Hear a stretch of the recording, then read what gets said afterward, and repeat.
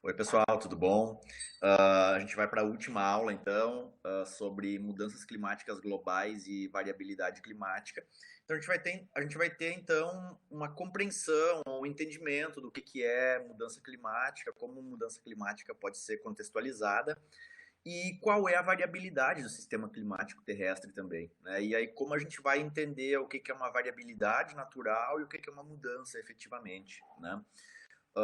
Então, mudança climática, digamos assim, os estudos, né, ou evidências, elas são relativamente bem recentes, tá? Do ponto de vista histórico, digamos assim, a gente tem um pouquinho mais de 150 anos de pesquisas, né? Claro que nos últimos tempos a nossa capacidade de análise, de geração de dados, ela aumentou muito com a questão de tecnologia, né? Mas basicamente assim essas evidências elas começaram a aparecer a partir de 1850, né, quando começaram a ser observados ciclos glaciais passados, né, quando começaram a ser feitos também estudos sobre árvores e os anéis que tem nas árvores, né, e como eles mudavam, por exemplo, de densidade, uh, de cor, né? Então tudo isso acabou sendo associado com variações no sistema climático terrestre. Então teve muitos registros que foram utilizados a partir de 1850. Uma outra área, por exemplo, foi pólen, que era armazenado em sedimentos de lagos e pântanos, né? Testemunhos de gelo é um pouco mais recente. Então, esses registros, digamos assim, que são chamados de registros paleoclimáticos, foram começaram a ser utilizados para estudar as condições do clima passado, né? E as medições, gente, elas também são muito recentes, né? Então basicamente, as medições também, elas têm 150 anos aproximadamente. Então, a gente está falando aí, né, medição de temperatura a partir de 1850. Então, todos os registros anteriores a medições, né, eles são registros que a gente chama de registros paleoclimáticos. Não foram obtidos com, né, medição da temperatura do ar, por exemplo, ou da precipitação, né, ou de outras variáveis, mas foram feitas observações então, a partir desses registros. Então, existem muitos registros, por exemplo, anotações, né, em livros também, em cadernos, que registravam, por exemplo, quando um período era mais seco, era um período mais frio, e todas essas informações elas começaram a ser confrontadas, por exemplo, de registros, de anotações, né? Por exemplo, produtores de uva na Itália, na França, eles faziam muitos registros, né? Clima seco, clima quente, clima frio, né? E isso foi confrontado, então, com essas indicações paleoclimáticas, né? Para se ter uma noção, digamos assim, do que está acontecendo em termos de mudanças ou de variabilidade. Bom, então olha só, quando a gente fala em mudança, a gente está falando em uma alteração, né? E variabilidade é um conceito um pouco diferente. Então, mudança climática seria um conceito, variabilidade climática seria outro conceito, né? Então, o que é a variabilidade climática, tá? Então, o IPCC, ele define variabilidade climática como flutuações no estado médio de elementos climáticos da atmosfera. Então, quer dizer, o que significa isso? Por exemplo, um período mais chuvoso, um período mais seco, temperaturas mais elevadas, mais baixas. Então, quando a gente vai fazer, digamos assim, uma média de 30 anos para determinar uma normal climatológica, também vai, né, a gente vai perceber nos gráficos que a gente analisou, né, nas aulas anteriores, que existia uma variação em torno da média. Então, isso seria a variabilidade climática. Então, é um processo natural. Então, por exemplo, alguns meses, digamos assim, ou alguns anos aqui no sul do Brasil, né, são mais chuvosos, outros são mais secos. Isso tudo está dentro dessa variabilidade, né? Então cada local vai ter uma certa variabilidade em relação a esses elementos climáticos, tá?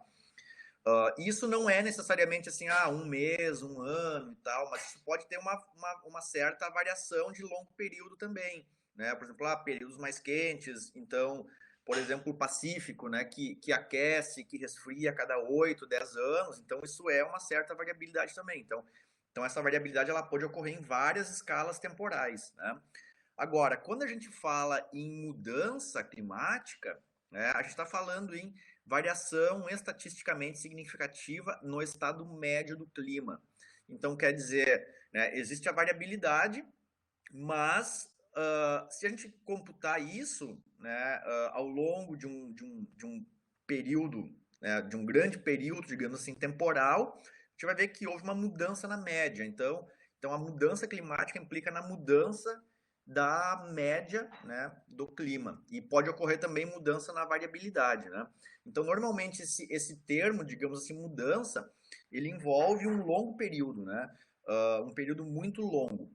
Tá? Então, assim, a gente pode falar em vários anos, várias décadas, né, vários séculos. Então, é bem difícil dizer assim, o que é variabilidade e o que é mudança, né? Porque a gente já vai ver os gráficos, então, para tentar contextualizar um pouco do que acontece.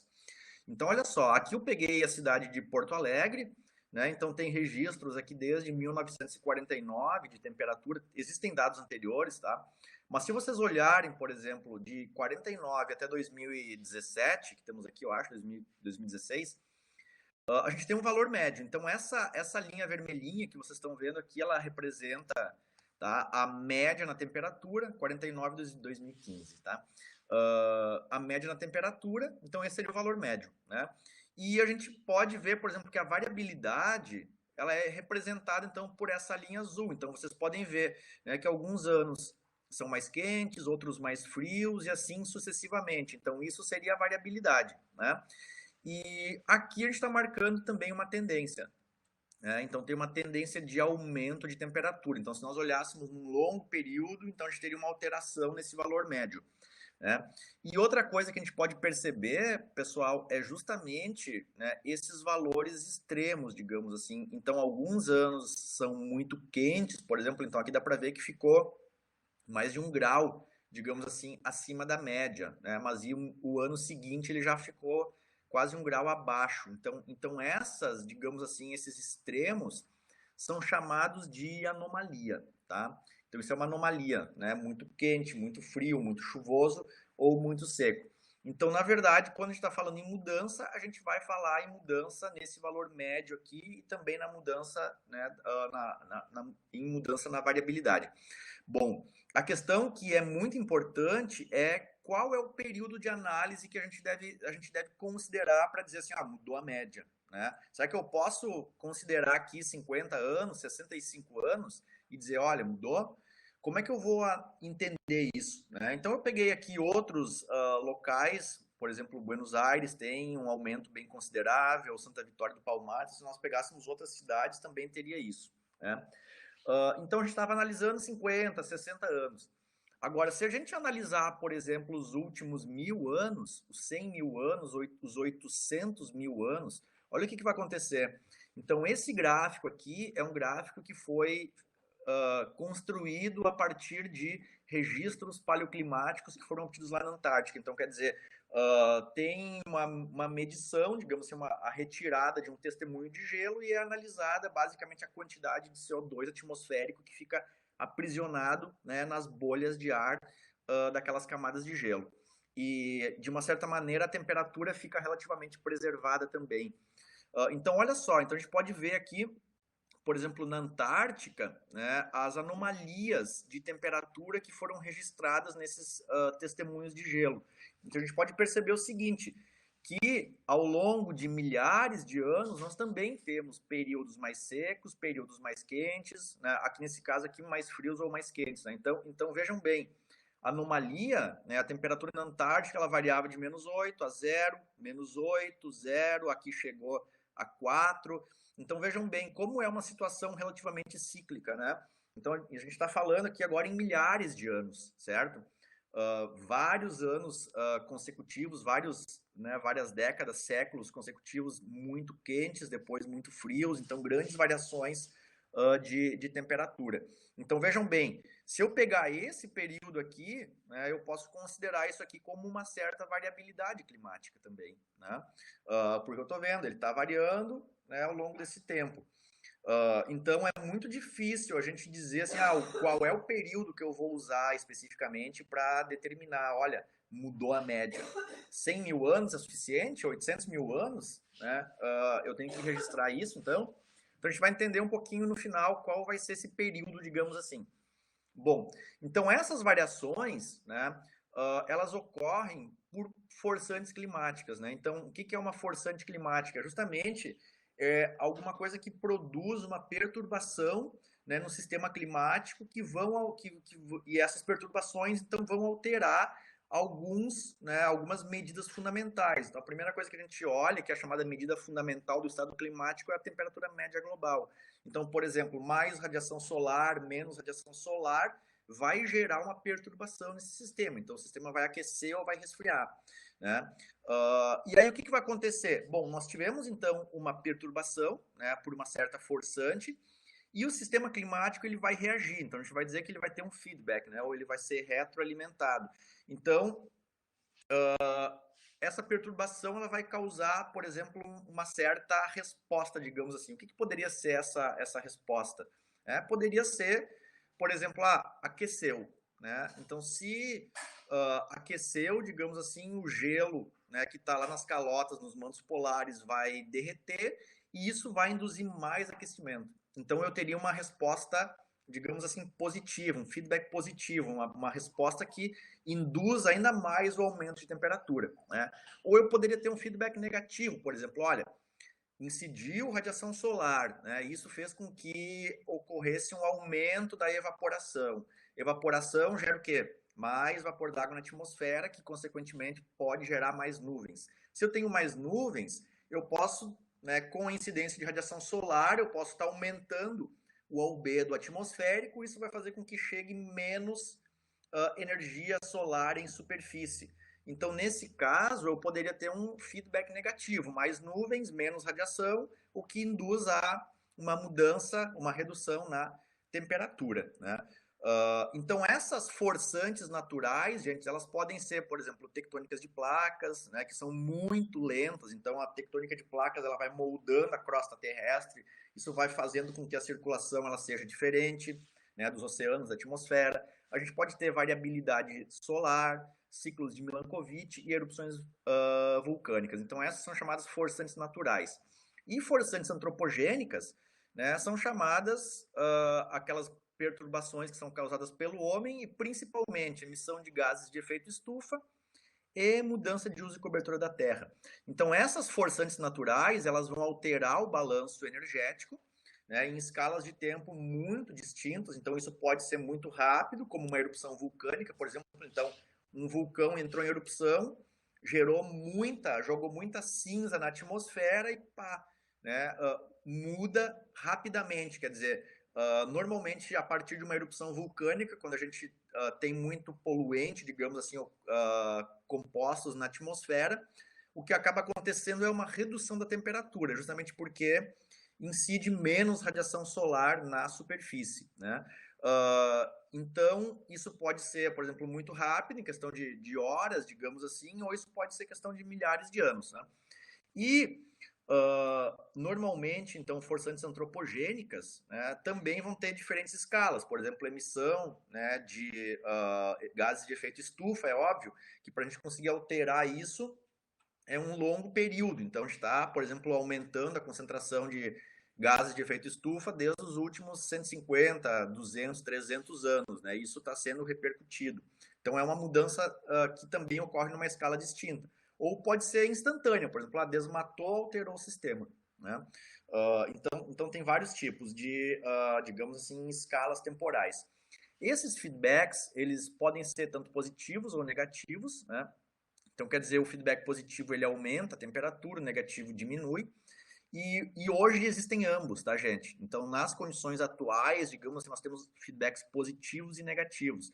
Mas, normalmente, o que está acontecendo é que há um grande predomínio de feedbacks positivos. Então, isso induz mais aumento de temperatura. Então, na verdade, os feedbacks negativos, eles, nas condições atuais, eles não chegam a, digamos assim, diminuir a temperatura. Eles acabam reduzindo, né, a taxa de aquecimento. Então, quer dizer, não ocorre uma redução, mas sim uma atenuação da taxa de aquecimento.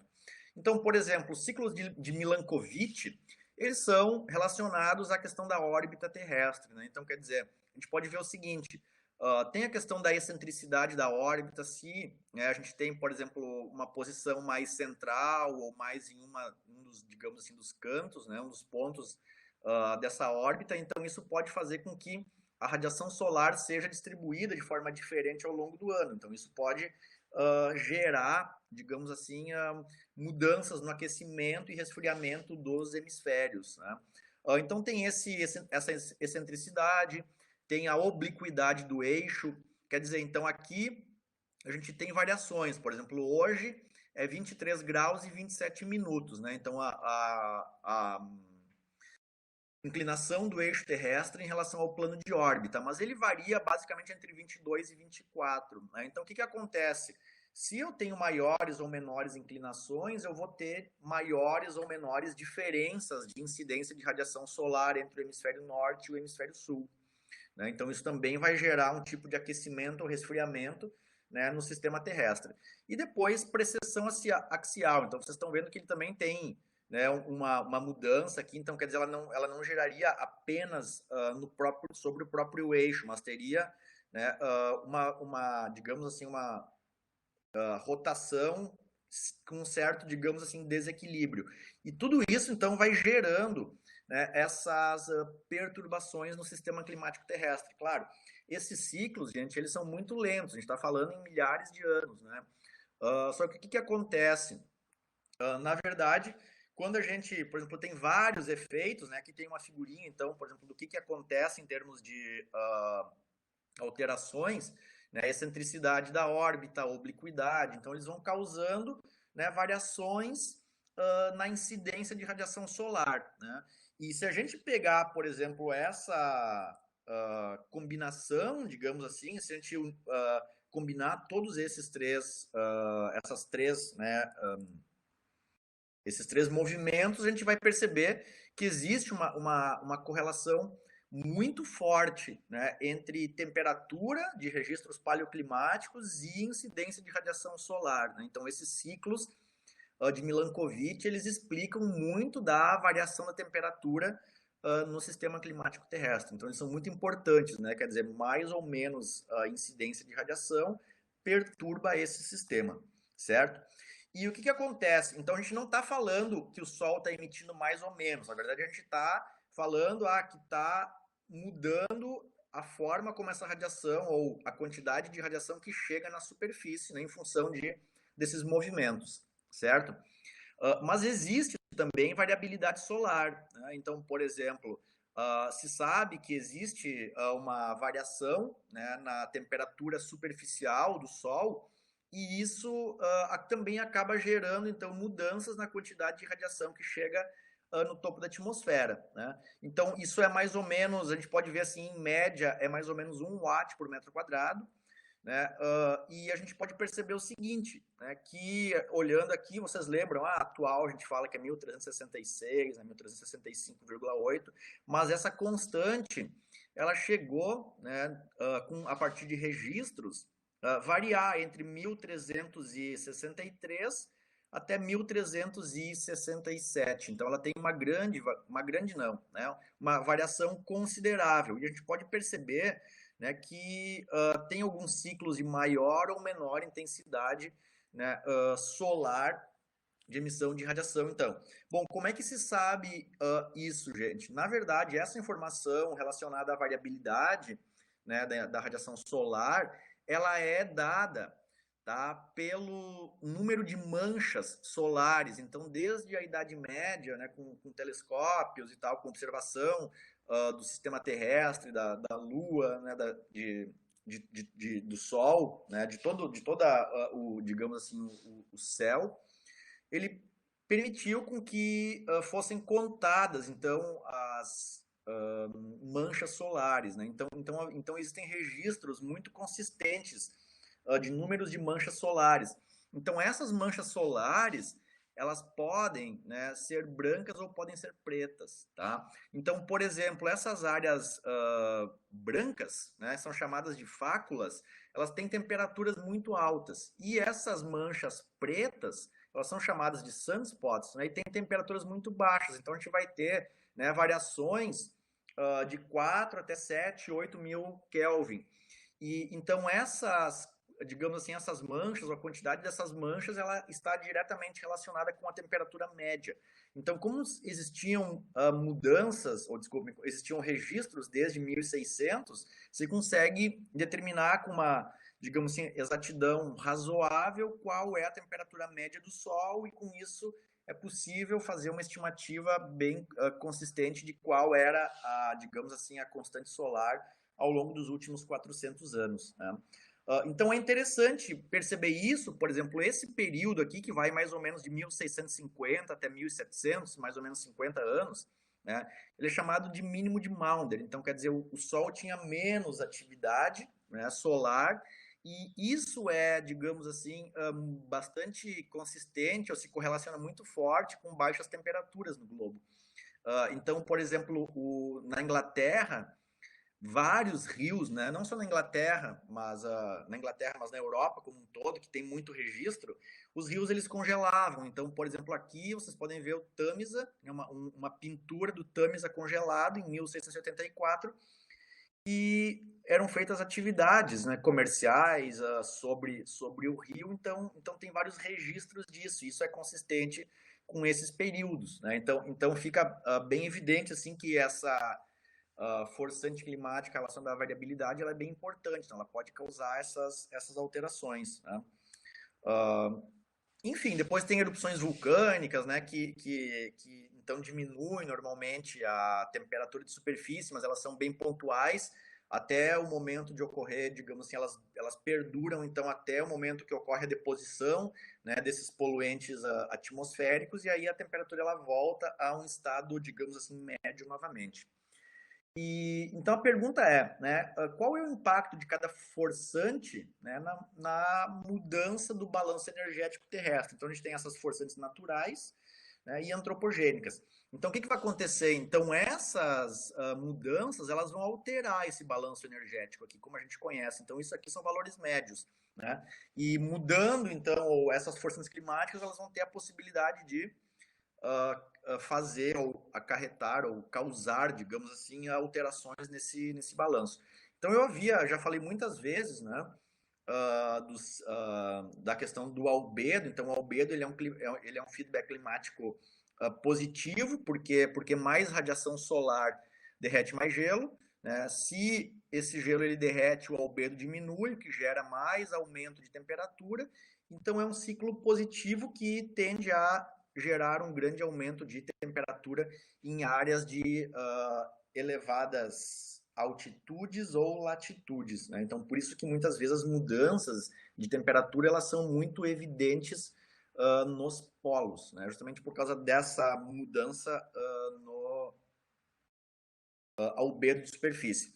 E como eu falei para vocês também, o feedback negativo da questão das nuvens, né? Então, por exemplo, o CO2 atmosférico pode aumentar a temperatura, né? Isso vai aumentar a evaporação, e essa evaporação ela vai gerar mais nuvens, né? Só que enquanto ocorre essa evaporação e condensação ou formação de nuvens, isso tende a gerar uma incidência menor radiação solar em superfície. Então, essa radiação que não chega na superfície vai causar um resfriamento da atmosfera ou do sistema climático. Então, ele pode ser um feedback negativo, né?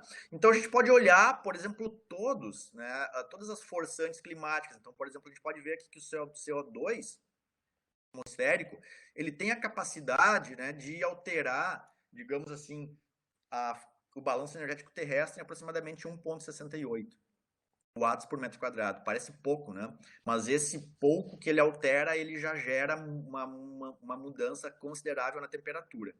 Então, por exemplo, tem o CO2, né, que digamos assim, de longe o mais...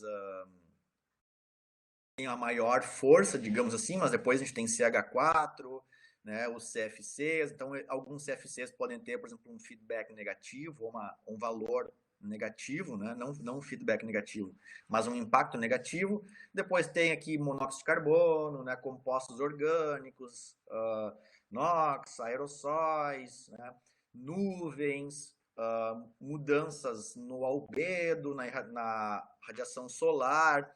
Então, o que acaba acontecendo? A resposta do sistema, ela vai ser uma resposta que vai integrar todas essas forçantes climáticas de forma isolada. Então, se a gente computar toda essa, digamos assim, forçante climática, a gente vai ver que o total hoje, em termos, na 2011, né, com os dados do, desculpem, o AR5, indicam que já está, em média, aumentando 2,29, né, watts por metro quadrado. Essa é a alteração que está sendo causada, digamos assim, nesse sistema climático terrestre, né, no balanço energético, podendo chegar até 3,13. Então, isso aqui seria uma variação, digamos assim, uma incerteza, né?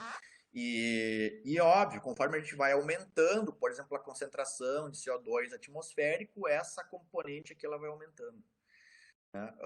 Ou CH4 também, enfim, aí esse valor aqui ele vai alterando. Então, por isso que vocês estão vendo aqui 1950, 80, 2011. Então, possivelmente, no ano que vem, quando for divulgado o próximo, o AR6, né, isso aqui já vai estar maior ainda. Por quê? Porque aumentou, né, a concentração nas últimas décadas. Então, olha só, essas forçantes, então, elas perturbam o sistema, né, e elas induzem essas, digamos assim, variações. Então, se a gente olhar, né, digamos assim, os últimos 12 mil anos, a gente vai ver que teve um período mais frio, né, depois um período mais quente, e a gente está numa descendência aqui, digamos assim, em termos médios, mas chegando em 2020 aqui, houve esse aumento. Então, eu botei aqui registros, né, que são bem facilmente encontráveis até 2015. Essa linha preta aqui, ela já está aqui, né? Então, se a gente pesquisar dados de 2020, por exemplo, ela já vai estar mais para cima ainda, né? Então, vocês podem ver. Então, basicamente, em questão de poucos anos, digamos assim, né, houve um aumento drástico. Então, essa linha hoje, ela estaria alguma coisa aqui assim. Então, se vocês olharem, é basicamente uma linha que está subindo, né, tá subindo, digamos assim, de forma 90 graus ali, reto para cima, literalmente, né? E vocês podem perceber o seguinte, que a variação aqui ela é muito curta, né? Então, por exemplo, aqui teve uma variação, né, nos últimos 12 mil anos. Então, vejam bem, mudou bastante. Só que olhem quantos milhares de anos foi isso aqui. Isso aqui foram 2.500 anos, né, que ocorreu essa variação. E aqui a gente está falando em questão de 150 anos e teve uma variação tão brusca, né? Então, essa é uma questão muito importante a ser considerada. Então, se a gente olhar, por exemplo, os últimos 2 mil anos, a gente vai ver também, né, que isso aqui é chamado, por exemplo, aquele período que também coincidiu com o mínimo de Maunder, ele teve, né, temperaturas baixas em todo o globo. Então, onde existem registros paleoclimáticos, todos eles confirmam, né, essa que foi chamada de pequena era do gelo, e lá pelo ano 1000, por exemplo, né, foi o chamado período medieval quente, né? Então tem bastante evidências assim de registros paleoclimáticos com registros históricos, né, que comprovam que existe uma certa variação na temperatura. E se a gente olhar os últimos 150 anos, gente, a gente pode ver o seguinte, né, que as temperaturas, elas basicamente elas têm uma tendência de aumento, tá? Não necessariamente é um aumento, digamos assim, totalmente linear, não quer dizer que ano após ano elas vão subindo. A gente pode ver, né, o vermelho aqui é hemisfério norte, azul é hemisfério sul, que existem, por exemplo, períodos, né, que ocorre um aquecimento, depois ocorre um resfriamento, né? Então existem, por exemplo, alguns anos, algumas décadas que podem ter uma atenuação desse aquecimento, então dá uma diminuída, depois aumenta de novo. Mas se a gente olhar os últimos 150 anos, basicamente está evidente, né, a questão de quanto aumentou a temperatura. Então a gente já está, por exemplo, aqui dá para ver que vai de menos 0,4 até 1. Então, quer dizer, 1,5 grau já houve de aumento nesses últimos 150 anos, né? Então, existem muitas evidências. Agora, se a gente olhar, por exemplo, evidências físicas, digamos assim, a gente pode ver a questão, né, de níveis de oceanos, de gelo, de ocorrência de neve. Então, tudo indica, né, que esse sistema climático está mudando. E o principal indicador é a temperatura, né? Então, essa variável fundamental, digamos assim, e isso é muito evidente, né? O que está em discussão, por exemplo, muito ainda é assim, é natural, faz parte da variabilidade, ou é antropogênico, né? E a gente já vai entender um pouquinho como a gente pode estudar essa questão. Então, por exemplo, a Groenlândia, ela tem registros aqui de massa, perda de massa, então é muito evidente. Então a gente está vendo aqui, por exemplo, uma redução, né, em termos de centímetros de água equivalente, tá? Então quanto aquele gelo ele corresponde de água, né? A gente pode ver que foram metros e metros que foram, digamos assim, perdidos na Groenlândia, principalmente nas áreas próximas aos oceanos, que indica também aumento de temperatura dos oceanos. Né? Então, Antártica também tem essa tendência, né? Muita perda de massa, digamos assim. Em algumas áreas tem um certo aumento, mas de uma maneira geral, na média, está ocorrendo essa perda de massa. Depois tem geleiras, né? Então tem muitos outros. Então, assim, em termos de temperatura, não há nenhum tipo de controvérsia em relação a esse aumento, né? Então, quer dizer, tem um aumento registrado de temperatura, certo? Se a gente olhar em relação à precipitação, a precipitação ela é mais difícil de ser detectada. Então, por exemplo, aqui a gente tem variações, né, nos últimos 100 anos, nos últimos 60 anos, 110, né, que indicam que está ocorrendo um aumento das precipitações, né? Então, por exemplo, aqui quanto é a tendência em milímetros por década, né? Então a gente está vendo aqui que basicamente quando é azul quer dizer que está chovendo mais, né? Não necessariamente, tá, gente, que isso está bem distribuído no tempo, tá? Não quer dizer que todo mês, mas pode ocorrer chuvas, né, mas fortemente concentradas. Então, não necessariamente isso é um valor bem distribuído. Então, se a gente olhar, por exemplo, para o sul do Brasil, digamos assim, a gente vê aqui na Bacia do Prata que está indicando algum valor azul, né? Então, quer dizer, está chovendo mais na nossa região, tá? Então, tem algumas regiões, algumas áreas, por exemplo, que também está chovendo menos, por exemplo, próximo do Saara, várias áreas continentais aqui, né, na Ásia, está chovendo cada vez menos. Então em termos de mudanças na precipitação, é um pouquinho mais difícil de ser observado, né? Então, se vocês olharem, por exemplo, esses gráficos, é um pouco mais difícil de enxergar essa tendência, né? Então, quer dizer, parece que tem alguns anos chove, depois não chove, chove de novo, então não tem uma tendência global, digamos assim, bem definida. Então, os impactos eles podem ser bastante variáveis, né?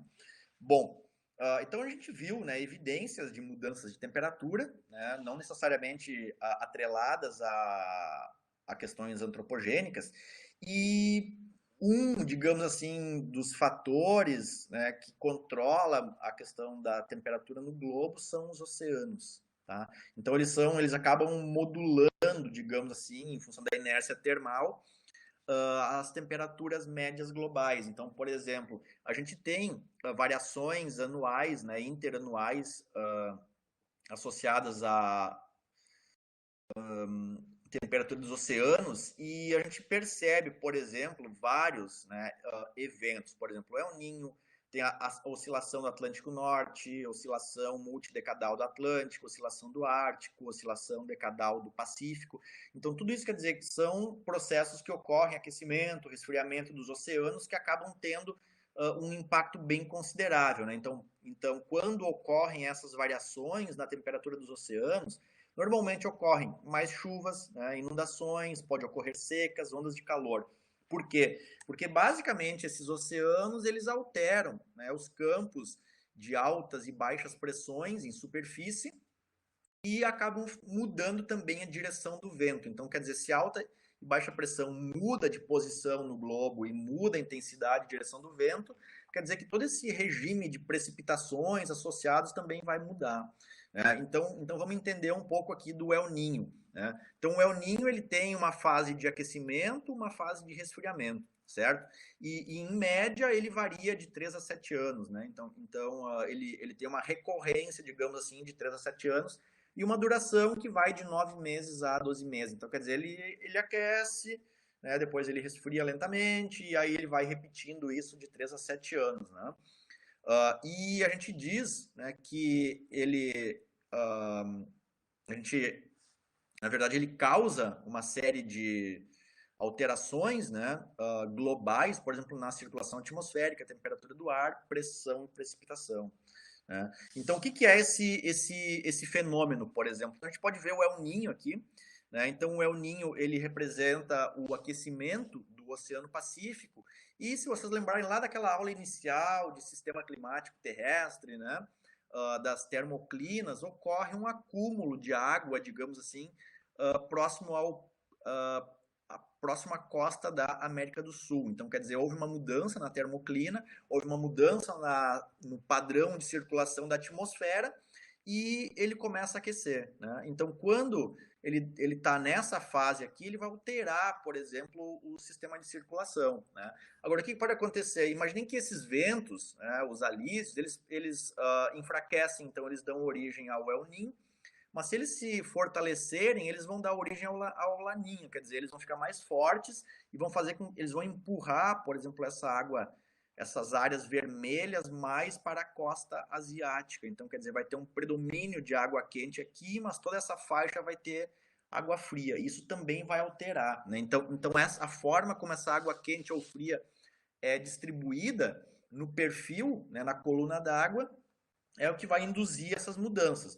Então, olha só, na última aula nós vimos, né, a circulação geral da atmosfera, nós vimos a célula de Hadley, né? Então a célula de Hadley é aquela célula que sai de 30, se desloca até o Equador, sobe, né, e desce lá em 30. Então ela é uma célula, digamos assim, latitudinal, tá? Então o El Niño, ele é comandado por uma outra célula que é chamada de célula de Walker, tá? E essa célula, ela não é latitudinal, ela é uma célula longitudinal. Então, quer dizer, se vocês considerarem, por exemplo, os alísios, né, os alísios eles vão soprar da América do Sul para a Ásia, né, ou Oceania. Então, quer dizer, eles sopram para cá. Então, em função do movimento de rotação terrestre e também em função da célula de Hadley, um acúmulo de água quente aqui e um acúmulo de água fria aqui. Então, como os alísios estão soprando para cá e essa área aqui ela é uma área mais aquecida, isso aqui gera o mesmo mecanismo que a zecite. Quer dizer, mais aquecimento aqui, porque tem mais água quente, gera então um processo aqui de convecção, ascendência, resfriamento, condensação, né, e precipitação. Então, quer dizer, numa condição normal, digamos assim, as chuvas elas se concentram lá no Sudeste Asiático. Então, a tendência é que a nossa costa, por exemplo, próxima à América do Sul, é que ela seja mais seca, né, com menos chuvas, digamos assim. Então, essa seria a célula de Walker numa condição normal. E numa condição normal, o que acaba acontecendo? Esse braço descendente de Walker, ele desce lá próximo da costa, né? Não bem na costa, mas próximo da América do Sul. E se vocês olharem, por exemplo, aqui, tem um braço ascendente da célula, né? Então isso induz, por exemplo, numa condição normal, a subida do ar, né, sobre a Amazônia, e isso acaba gerando chuvas na Amazônia, então. Né? Então, quer dizer, está subindo aqui, condensa e precipita. Então, essa seria a condição normal. Então, olha o que acontece numa condição El Niño.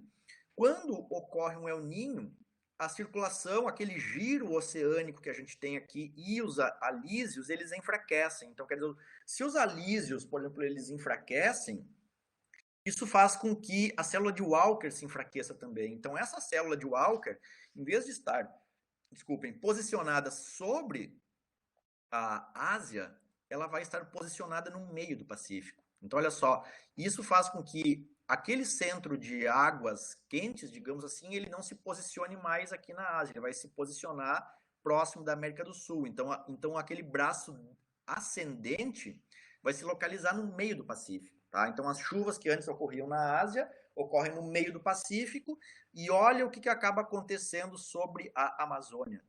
Então esse braço descendente aqui de Walker, ele desce sobre a Amazônia. Né? Então, ele está descendo em direção à Amazônia, e isso, quando ele desce, ele gera um movimento de um processo de aquecimento, né, por compressão e, consequentemente, uma inibição, né, das precipitações. Então, quando a gente tem El Niño, digamos assim, normalmente a Amazônia ela vai estar em um período seco. Justamente porque essa célula ascendente de Walker que estava aqui, agora ela está aqui. Então, a outra ela desce aqui. Então, vejam bem, quando a gente tem essas alterações, né, pode ser um pouquinho, digamos assim, alguns milhares de quilômetros, mas isso já é suficiente para alterar todo o sistema, tá? De circulação atmosférica. Então, a gente chama isso de teleconexões, né? Então, quer dizer, ele vai gerar perturbações ao longo de todo o globo. Então, por exemplo, a Amazônia, numa condição El Niño, fica seco. Então, vocês já entenderam por quê? Porque o braço descendente de Walker está exatamente sobre a Amazônia. E o que acontece? Então, olha só, numa condição normal, choveria aqui. Só que como a célula de Walker está posicionada no meio do Pacífico agora, chove no Pacífico e não chove na Ásia. Então, a Ásia, normalmente a Ásia e a Oceania, estão relativamente secas, né? Então, chove menos numa condição El Niño, só porque alterou esse processo de circulação. E o nosso estado, por exemplo, ele fica úmido, tá? Eu já vou explicar por quê, mas vejam bem, fica exatamente sobre o estado do Rio Grande do Sul uma mancha, não só do Rio Grande do Sul, né, mas do sul do Brasil, Uruguai também, uma mancha de umidade. Então, quer dizer, uma condição El Niño chove muito pra gente. Então, foi, por exemplo, o ano de 2015. Vocês lembram, né, que as águas no Guaíba estavam quase transbordando lá no cais, né?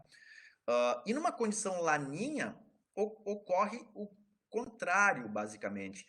Os alísios, eles se fortalecem muito e eles amplificam, digamos assim, a concentração de água quente sobre a Ásia. Então, quer dizer, eles empurram mais para a Ásia ainda. Então, esse braço, digamos assim, ascendente agora de Walker, ele vai ficar lá sobre, forçado, digamos assim, exprimido no canto lá próximo sobre a Ásia e a Oceania, né? Então, numa condição laninha vai chover muito aqui, numa condição laninha chove na Amazônia, e isso gera um período seco sobre o Oceano Pacífico. Então, o que acaba acontecendo? Essa alteração, vejam bem, gera mais chuvas nesse canto aqui da Ásia. O Pacífico ele fica seco, digamos assim, ele chove muito na Amazônia, e a nossa condição no Rio Grande do Sul não afeta muito, mas a Argentina aqui ela fica relativamente seca, né? Então toda essa parte do Uruguai da Argentina aqui fica mais seco. Bom, então existem várias formas, tá, de monitorar, por exemplo, a ocorrência do El Niño. Então pode ter, por exemplo, a gente olhando somente temperatura. Então normalmente, gente, olha só, tem as chamadas regiões. Eu não falei aqui antes, mas olha só, tem a chamada região Ninho 1 e 2, Ninho 3, Ninho 4 e a região Ninho 3.4, quer dizer, uma região que está exatamente entre 3 e 4. Então, essas regiões, elas são indicadores, tá, de aumento ou redução de temperatura. Então, quando vai se fazer, por exemplo, uma análise do El Niño, se olham aquelas regiões ali. Então, por exemplo, aqui, ó, se a temperatura na região 3.4 do Pacífico for maior do que 0,5 graus Celsius, já tem um indicativo, olha, aqueceu meio grau, então tem indicativo de ocorrência de El Niño. Então, olha só, aí eles perguntam o seguinte, olha, essa anomalia positiva, ela vai continuar por vários meses, pela próxima estação?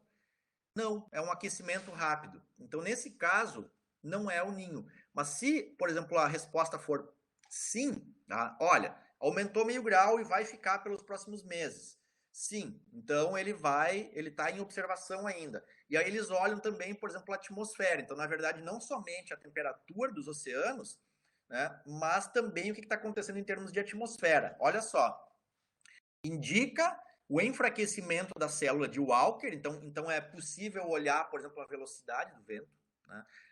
Qual é a velocidade do vento, qual é a direção do vento, né? Então se ele ficou mais forte, mais fraco, e aí se isso alterou a célula de Walker, e obviamente se houve mudança no campo de pressões atmosféricas. Então, por exemplo, se a gente está olhando isso aqui eu tenho, por exemplo, alta e aqui baixa. Então, se esses centros, por exemplo, se posicionam agora a baixa, em vez de estar aqui, ela está aqui, opa, mudou, né?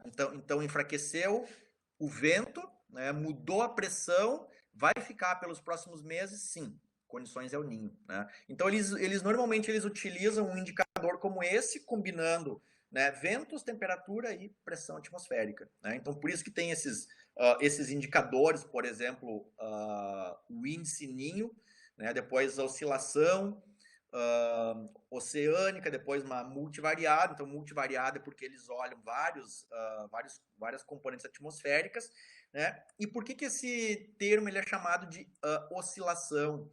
Porque basicamente ocorre uma oscilação, então as temperaturas e as precipitações, as pressões, desculpem, elas mudam, né, basicamente oscilando. Então por isso que ele chama de El Niño oscilação sul. Então quer dizer, tem uma oscilação, né, que vai fazendo com que esses campos mudem, certo?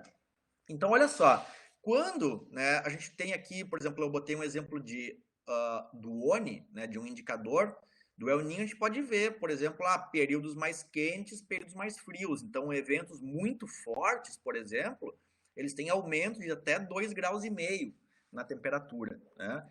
Então, isso normalmente dá eventos muito fortes, por exemplo, 82, aqui nós temos 97, 98, aqui 2005, depois 2010, 2015, né? Então, todos eles têm uma anomalia muito positiva, né, de aumento de temperatura.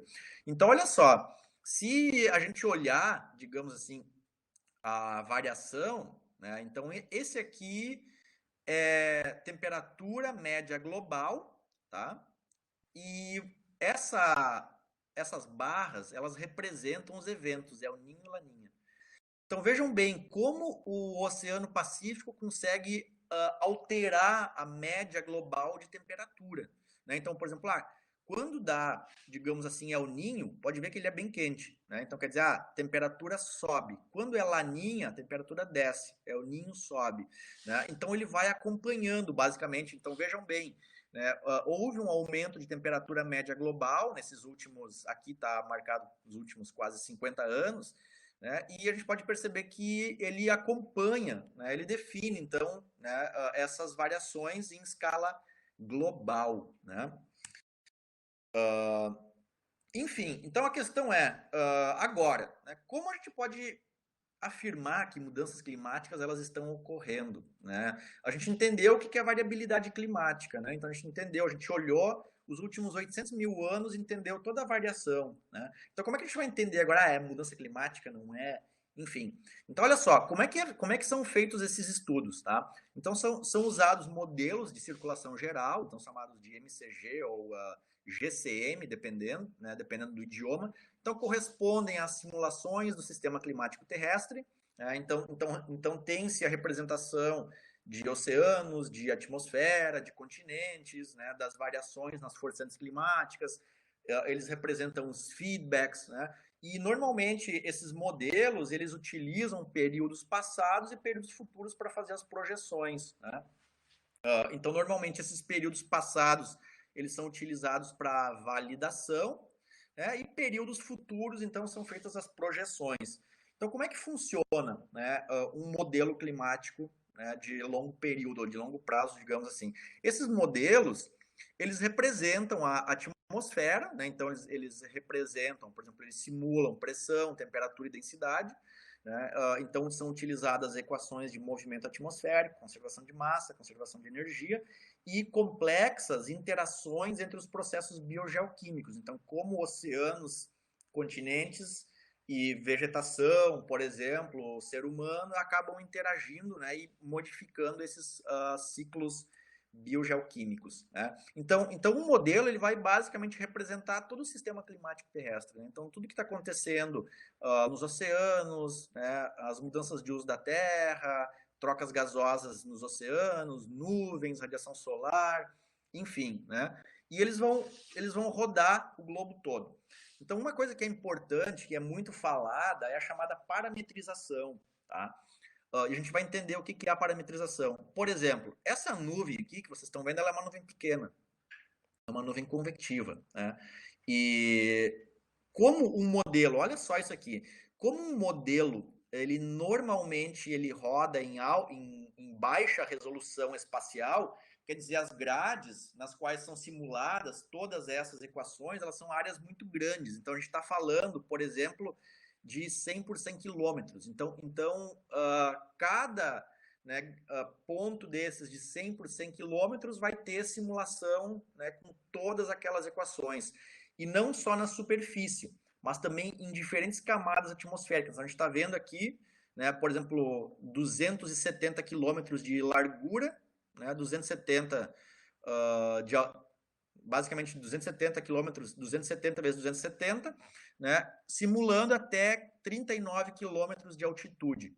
Então, o que acontece? Isso é uma resolução muito grosseira, 100, 200, 300 quilômetros. Então, como é que a gente vai representar uma nuvem, né, que tem poucos quilômetros? Então, a nuvem, ela não vai estar identificada ali dentro daquela célula. Então, por exemplo, nesses casos, são feitas as chamadas parametrizações. Então, quando as coisas, por exemplo, acontecem em escalas muito pequenas ou muito curtas, temporalmente, são feitas essas parametrizações. Então, quer dizer, uma representação simplificada, né, da atmosfera ou dessa interação. Né? Então, isso é uma chamada parametrização. A gente não consegue detalhar com grandes informações, então, esses processos, e nisso se usa, então, as chamadas parametrizações. Né?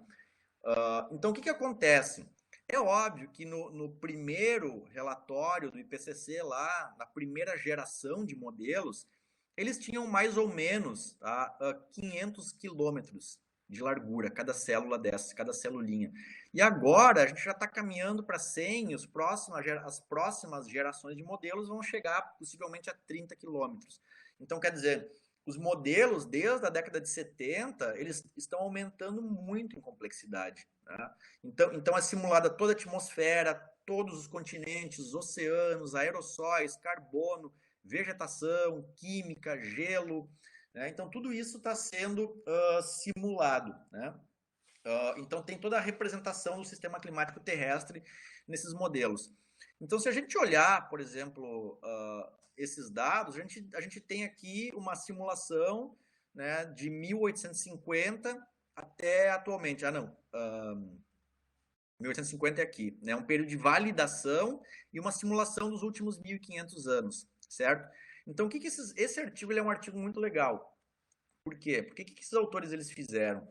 Eles fizeram o seguinte: dado um modelo que representa todos esses processos, eles começaram a fazer alterações. Tá? Por exemplo, eles começaram a analisar qual é o impacto do El Niño. Então nesse caso, o que pode ser feito? Por exemplo, o El Niño é representado pelo aumento do Pacífico, né, da temperatura no Pacífico. Então, se eles isolarem essa variável e começarem a mexer nessa variável, por exemplo, aumenta 1 grau, diminui 1 grau, aumenta 2, diminui 2, aumenta 2,5, 3, né?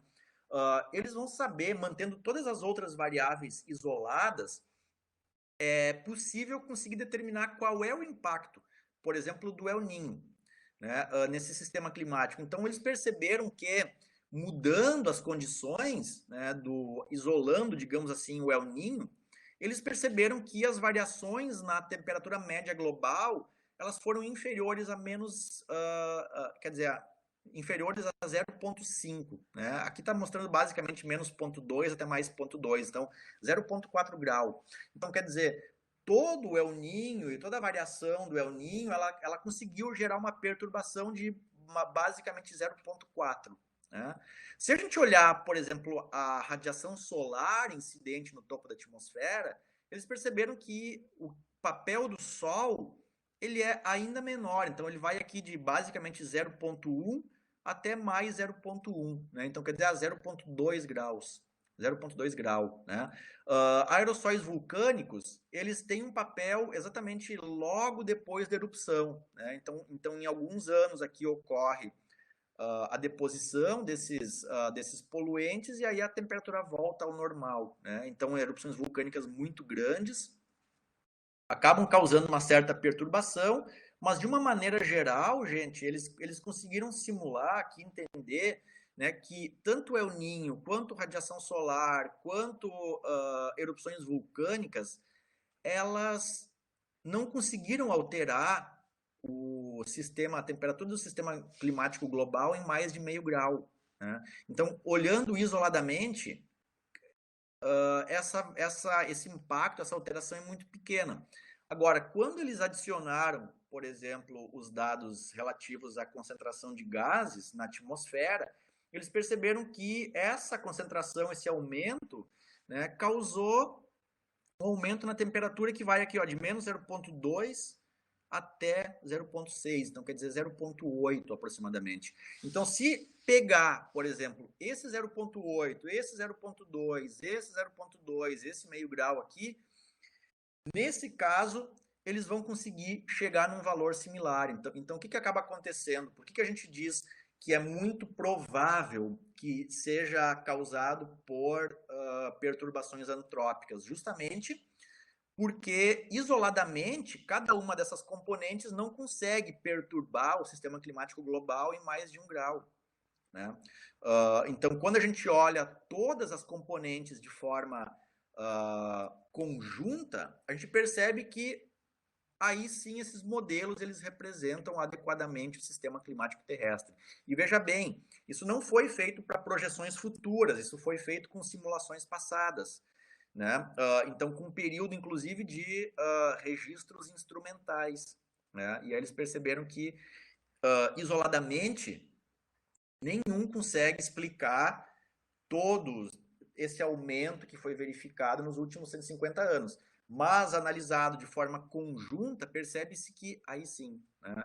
E, de uma forma geral, percebe-se que a componente, a forçante que mais explica é justamente concentração de gases de efeito estufa. Né? Então, quer dizer, por isso que o IPCC informa, né, ou diz que é muito provável, né, que esse aumento de temperatura seja causado, né, por processos antrópicos. E uma outra questão muito importante é que vocês viram naqueles gráficos anteriores, né, que houve um aumento muito brusco. Então já ocorreram variações de temperatura relativamente altas, digamos assim, né, no sistema climático terrestre, mas nenhuma num período tão curto de tempo. Então, quando ocorreu, por exemplo, uma variação na temperatura, isso foi ao longo de vários milhares de anos.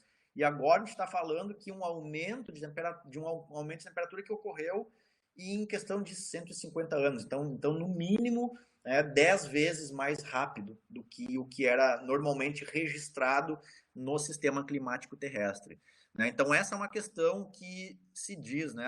Que é muito provável que seja por questões antropogênicas. Né? Justamente por quê? Porque os modelos não reproduzem a variabilidade climática considerando apenas forçantes naturais. Né? Então, é basicamente isso. Então, olha só, o IPCC ele gerou alguns cenários, né, nos quais o balanço energético terrestre ele é alterado em 8,5, então isso é o chamado RCP 8,5, então isso indicaria, né, uma concentração de CO2 de 1.370 partes por milhão. Depois tem o RCP 6, que seria um aumento de 6 watts por metro quadrado, 4,5 e 2,6. Então esse aqui a gente já basicamente já está hoje. Né? Então esse cenário 2,6, ele seria um cenário muito, digamos assim, otimista, né? Olha, a gente vai parar hoje as emissões, vai zerar emissões de CO2, então a gente já estaria nesse cenário aqui. Então esses cenários 4,5 e 6, né, 650, 850 são os mais prováveis que a gente chegue no final de 2100. Né? E esse aqui é um cenário extremo, digamos assim, muito pessimista, certo? E analisando esses modelos, né, as principais conclusões são, né, ciclo hidrológico intensificado.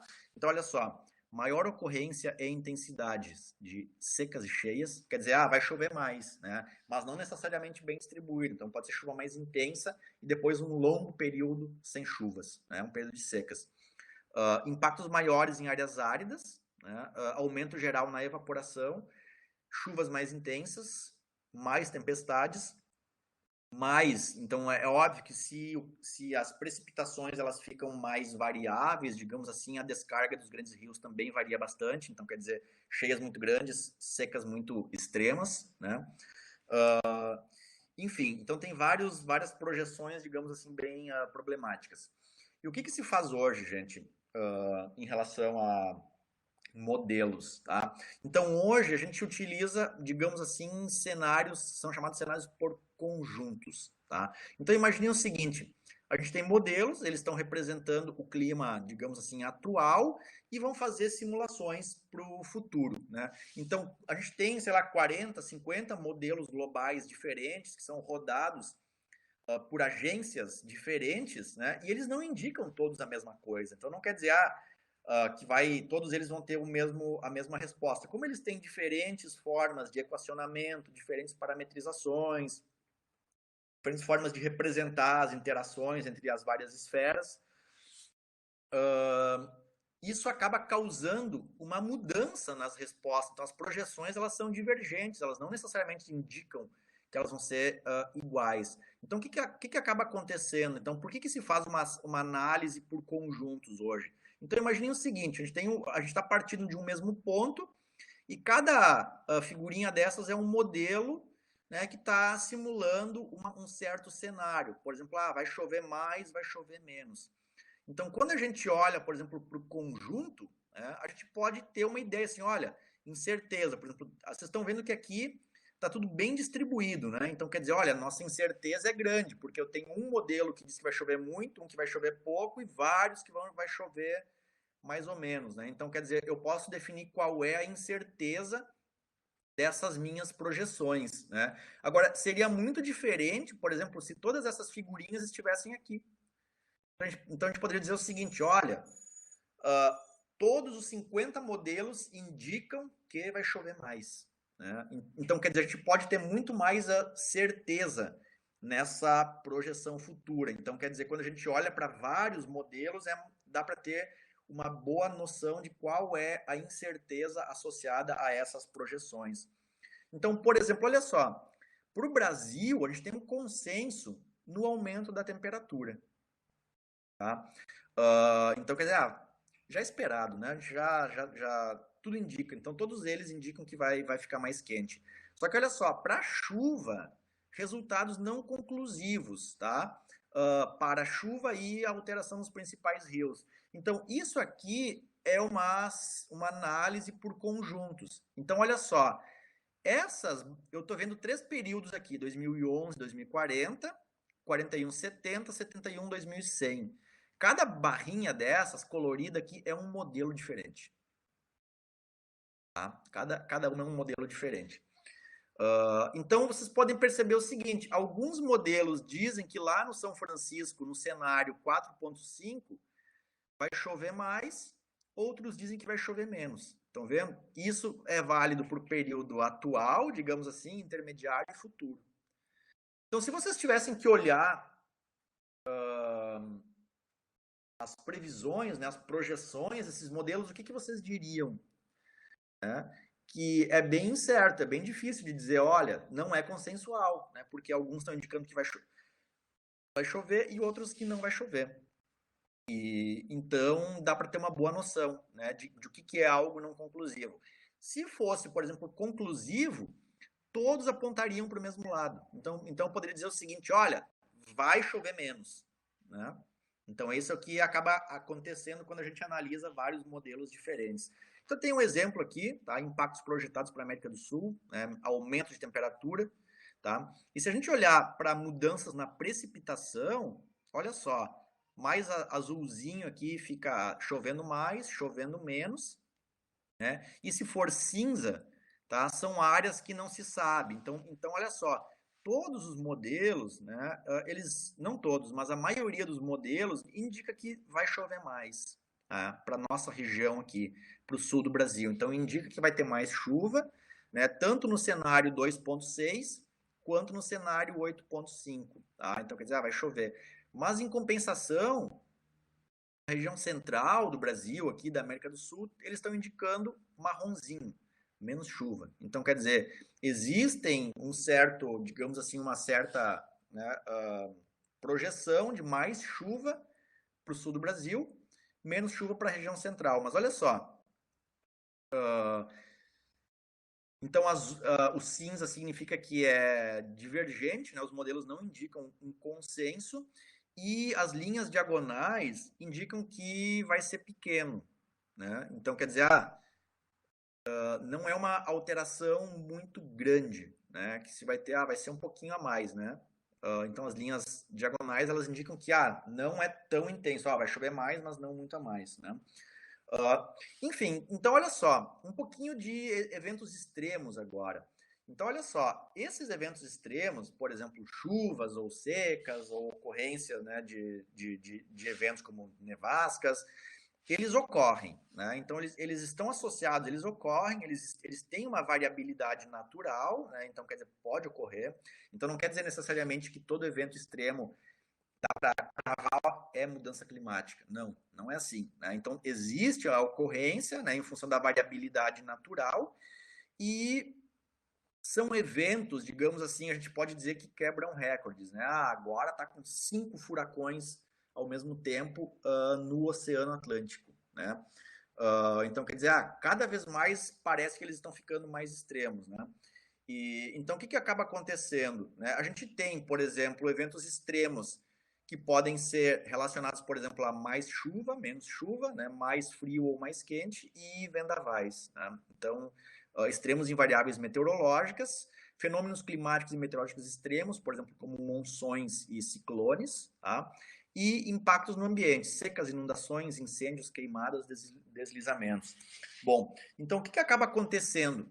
Por que, digamos assim, existe uma tendência, né, de intensificação desses eventos extremos? Porque olha só, eu fiz esse gráfico aqui indicando a relação que existe entre temperatura e umidade atmosférica, tá? Então olha só, para cada aumento de 1 grau Celsius na temperatura, nós temos 7% de aumento na umidade atmosférica.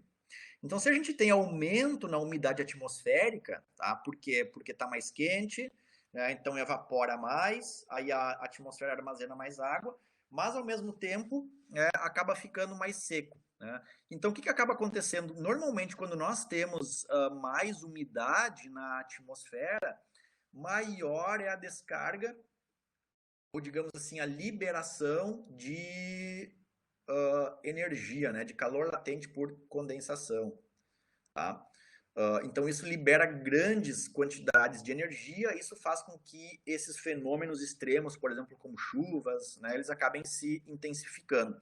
Então por que isso acaba acontecendo? Olha só, se a temperatura está mais alta, quer dizer que mais água está sendo transportada da superfície para a atmosfera, então mais água vai vir aqui para dentro. Né? Então, por exemplo, nessa supercélula aqui, então quer dizer, eu tenho uma zona de baixa pressão, toda a umidade adjacente vai ser transportada para cá, e essa condensação essa condensação e essa precipitação que vai ser gerada aqui vai liberar uma grande quantidade de chuva aqui. Né? Então essa, digamos assim, é o status de uma atmosfera, é o que acontece numa atmosfera mais aquecida. Então, se a gente olhar, por exemplo, essa questão dos eventos extremos, tá? A gente tem, por exemplo, um aumento da média, pode ter, né? Então, quer dizer, eu poderia simplesmente arrastar a minha curva, essa é a minha curva original, tá? Aumentou a média. Então, teve um deslocamento para a direita aqui. Então, quer dizer, olha só, se isso aqui é temperatura, né? Então, quer dizer, menos frio, então quer dizer, menos ondas de frio.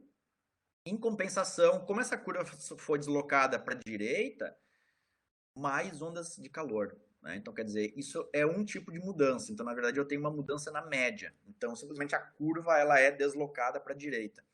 Se houve uma mudança na variabilidade, o que pode acontecer? Por exemplo, olha, a curva era essa, passou a ser essa. Então, quer dizer, uma mudança na variabilidade do sistema pode indicar mais frio, né, e pode indicar mais calor também. Né? Então, mais ondas de frio, mais ondas de calor. Então, quer dizer, houve uma mudança na variabilidade. E a gente pode ter uma mudança na simetria. Então, essa mudança na simetria, ela vai alterar, né, também a ocorrência de eventos frios e quentes. Então, são 3 tipos de mudança que pode ocorrer em relação a esses eventos. E a questão é daí, gente, olha, como é que a gente vai dizer que um evento extremo ele é relacionado à mudança climática? Tá? A última pergunta agora, assim, como é que a gente pode dizer isso? Né? E se a gente olhar, por exemplo, Porto Alegre tem cheias, registros desde 1800, né? Mas tem evidências fotográficas, por exemplo, 1926, 41, que foi a cheia histórica, 67, 2015. Essa foi a última grande, digamos assim, que basicamente inundou aqui toda a região aqui próximo à orla do Guaíba, né? Então, como é que a gente pode dizer isso? Né? 2015, a cheia foi em função, né, de mudanças climáticas. Então, lembra lá que eu falei para vocês,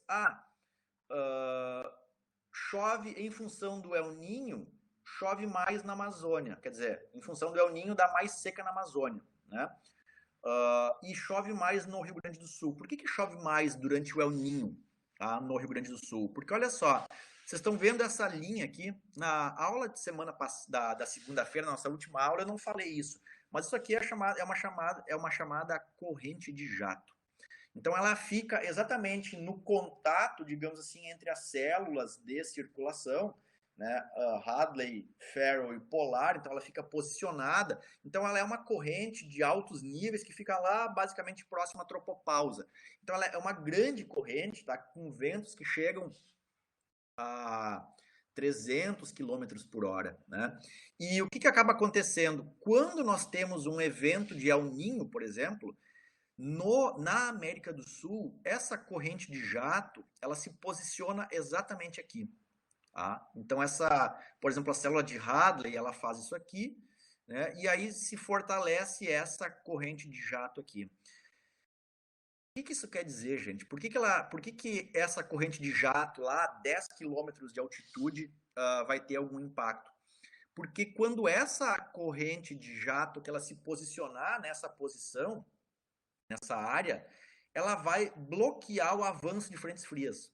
Tá? Então, por exemplo, aquela frente fria que tradicionalmente vinha, gerava chuva e passava, ela vai encontrar uma barreira a 10 km de altitude. Tá? Então, quer dizer, essa corrente de jato não vai permitir que a massa de ar frio, a frente fria, ela avance. Então, quer dizer, ela é como se fosse um paredão bloqueando. Pô, parou. Né? Então, quando ela para, ela fica posicionada, basicamente, e se nós temos, então, umidade atmosférica, por exemplo, umidade vinda da Amazônia ou umidade do Atlântico, ela vai gerar chuvas. Então, essa aqui foi a frente fria que se posicionou exatamente sobre o Rio Grande do Sul naquele evento de 2015. Então naquele evento de julho de 2015, eu diria que choveu mais de 15 dias seguidos. Tá? Então, quer dizer, muita chuva sem parar. Porque eu tinha uma rampa frontal, eu tinha umidade vinda principalmente do Atlântico, e isso gerava chuvas. Então, isso acumulou, né, uma quantidade imensa de chuva sobre uma área imensa também. Né? Então, isso foi o que causou, por exemplo, a cheia de 2015, né? Porque choveu sobre todo o estado. E é engraçado, porque olha só, o Rio Grande do Sul estava chovendo muito. Agora, se vocês olharem, por exemplo, o Uruguai estava com tempo bom, o tempo todo. Tá? Enquanto choveu 15 dias sem parar, aqui o Uruguai estava com céu limpo. Por quê? Porque aqui estava a alta pressão atmosférica. Então, quer dizer, ali os ventos eram descendentes. Então, enquanto o Uruguai basicamente não registrou nenhuma gota de chuva, o Rio Grande do Sul estava debaixo d'água. Né? Justamente porque essa corrente de jato estava bloqueando a passagem da frente fria. E aí a última pergunta, então, agora sim a última. Como é que a gente pode dizer, digamos assim, que esse processo ele está relacionado à mudança climática? A gente pode dizer isso, 2015 foi mudança climática. Sim ou não? As coisas não são binárias, tá, gente? Não é uma questão de é mudança climática, não é mudança climática, tá? Não é binário. Então, olha só, a gente diz, né, a gente chama ou atribui, né, esses eventos às mudanças climáticas. Mas como isso pode ser feito? Então, tem um exemplo aqui, os últimos slides, tá? Esse é o furacão Sandy, que ocorreu em 2012 e atingiu Nova York. Então, Nova York está, eu acho que por aqui, assim, né? Nessa região aqui, tá? E ele atingiu Nova York. E os prejuízos foram estimados em 65 bilhões de dólares, causou 110 mortes. E vocês podem ver, então, Nova York tem um sistema de metrô imenso, né? Então as pessoas basicamente se deslocam pelo subsolo. E o sistema de metrô, como ele fica abaixo do nível da rua, digamos assim, ele tem um sistema de bombeamento que evita a inundação. Só que como choveu tanto e causou aquela maré meteorológica, o sistema ele foi todo inundado, completamente inundado. Então causou prejuízos imensos para a cidade. A cidade foi completamente destruída, né? Então várias partes da cidade foram destruídas ou inundadas. E o que isso tem a ver com a atribuição de mudança climática? Então, esse centro aqui, chamado de ECMWF, tá? Centro Europeu de Previsão do Tempo, lançou um alerta, tá? Basicamente com 9 dias de antecedência, e eles avisaram, olha, 9 não, com 8 dias. Eles avisaram os americanos que o furacão Sandy iria atingir Nova York, tá? E os americanos eles não acreditaram, por quê? Porque na previsão do modelo americano, o Sandy se deslocaria para o Atlântico, tá? E os europeus, olha, ele vai atingir Nova York, né? Aí o que aconteceu? Então isso foi com 8 dias de antecedência. Então eles conseguiram prever o Sandy, tá, de uma forma muito detalhada. Então a linha vermelha é a trajetória do furacão, tá? E a linha azul é a trajetória prevista pelo Centro Europeu, tá, de previsão do tempo. Então vocês podem ver aqui 8 dias, né? Então aqui está Nova York, tá? Então aqui está onde ele fez a aterrissagem, digamos assim, né?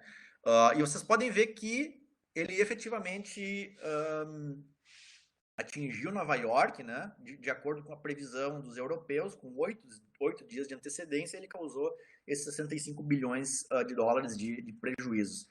Então, o que eles fizeram, gente? Eles tinham o Sandy completamente, digamos assim, modelado. Então, todo Sandy, todo furacão, ele estava muito bem representado no modelo deles, no modelo do ECMWF. Então, o que eles fizeram? Depois que o evento ocorreu, eles fizeram o seguinte, eles diminuíram a temperatura da atmosfera e a temperatura dos oceanos, tá, de acordo com o aumento da temperatura naquela região. Então, o que eles fizeram, basicamente? Pegaram dados, digamos assim, médias históricas e analisaram, olha, aquela região subiu 1,5 a 2,5 graus, né, nos últimos 50 anos. Então, eles reduziram a temperatura, tá, entre 1,5 grau e 2,5 graus abaixo das temperaturas na qual ele ocorreu, tá? E aí eles fizeram uma nova simulação. Então, simplesmente assim, vamos diminuir a temperatura do Atlântico em 2 graus, né? E aí roda o furacão Sandy, ou roda o modelo de novo para simular o furacão Sandy. E aí o que eles fizeram? Eles fizeram isso, então eles fizeram vários testes, isso foi publicado nesse artigo, e eles chegaram à seguinte conclusão, que se as temperaturas fossem 1,5 a 2,5 graus abaixo da média, o Sandy iria ocorrer de qualquer forma, tá? Então, com 2,5 graus a menos, ele iria ocorrer, tá? E eles chegaram à seguinte conclusão, não foi observada mudança na trajetória, então quer dizer, ele ainda atingiria Nova York, tá? Só que as principais conclusões, a precipitação seria basicamente 35% menor, né? O vento teria uma mudança de 36% também nos impactos, e como o vento seria 36% mais fraco, digamos assim, a maré meteorológica não atingiria Nova York. Então eles chegaram a uma conclusão que os impactos, se nós tivéssemos 2 graus e meio a menos na temperatura, os prejuízos seriam muito menores. Então eles fizeram uma análise de custos e viram que 40%, né, 40% não, 40 bilhões, então são associados à ocorrência ou ao aumento de temperatura dos oceanos e ocorrência do furacão Sandy, né? Então, digamos assim, esse pesquisador chamado Kevin Trembert, ele trabalha no NCAR, tá? No mesmo instituto que a gente utiliza o livro do Bonan, né? E ele chegou à seguinte conclusão, que o Sandy seria 1/3, né? 1/3 da sua intensidade pode ser atribuído ao aumento de temperatura, né? A maré meteorológica não atingiria Nova York, e 40 bilhões é o prejuízo associado ao Sandy. Então, quer dizer, não é uma questão de é ou não é, mas sim de quanto esses eventos extremos são intensificados ou não pelas mudanças climáticas. Então ele chegou assim, olha, esse evento ele iria ocorrer, mas ele foi intensificado pelas mudanças climáticas. Então, se vocês quiserem ler, gente, esse texto aqui ele cita vários exemplos, tá? É muito legal. Então ele faz uma análise de várias ocorrências, por exemplo, queimadas, chuvas intensas, e ele determina um valor, basicamente, por que ele ficou mais intenso, né? Então é bem interessante, tá? Ler e está aqui disponível para vocês. Então, basicamente né, com a aula de hoje, né? Não é uma questão de dizer assim, existe ou não existe, é ou não é. Não é uma questão tão simples, né? Então a gente viu que o sistema climático tem uma variabilidade, está sendo intensificado, né, nos últimos 150 anos, mas, né, tirando um pouco o foco de é antrópico, não tem mudança climática, né, isso não vai levar a lugar nenhum, é a seguinte questão, né, ou as seguintes questões. Como é que a gente pode melhorar o nosso entendimento sobre esses eventos, principalmente eventos extremos, né? A gente pode prever eles, né? Então, como é que a gente pode prever? E do ponto de vista, por exemplo, da engenharia ambiental, como é que a gente pode mitigar os efeitos de temperatura, né? do aumento de temperatura? Então, como é que isso pode ser mitigado? Né? Como é que pode ser feito, então, todo esse processo de mitigação do aumento da temperatura? E, por final, como é que as estruturas sociais, econômicas, ambientais, urbanas podem ser associadas, né, podem ser, digamos assim, adaptadas à ocorrência de eventos extremos ou cenários nas quais nós teremos esse aumento de temperatura e possivelmente aumento na intensidade dos eventos extremos, né, como precipitações. Então é uma questão muito mais, né, de adaptação e mitigação a esses eventos do que uma discussão que é ou não mudança climática, sim ou não, não é, né? Então, gente, a aula de hoje era isso. Tem 2 textos aqui que vocês podem ler, tá? Que são muito bons, mudanças climáticas e variabilidade climática. Os 2 do Bonan, os 2 estão no Moodle, né, na referência que eu passei para vocês. E tem um outro texto que é bem legal, que vocês podem ler, que é a evolução dos modelos climáticos de previsão de tempo e clima. Tá? Então é só digitar isso aqui no Google que vocês vão ter acesso. É um texto que vale a pena a leitura também. Tá bom, gente? A gente fica por aqui hoje. Um grande abraço para todo mundo. Tchau, tchau.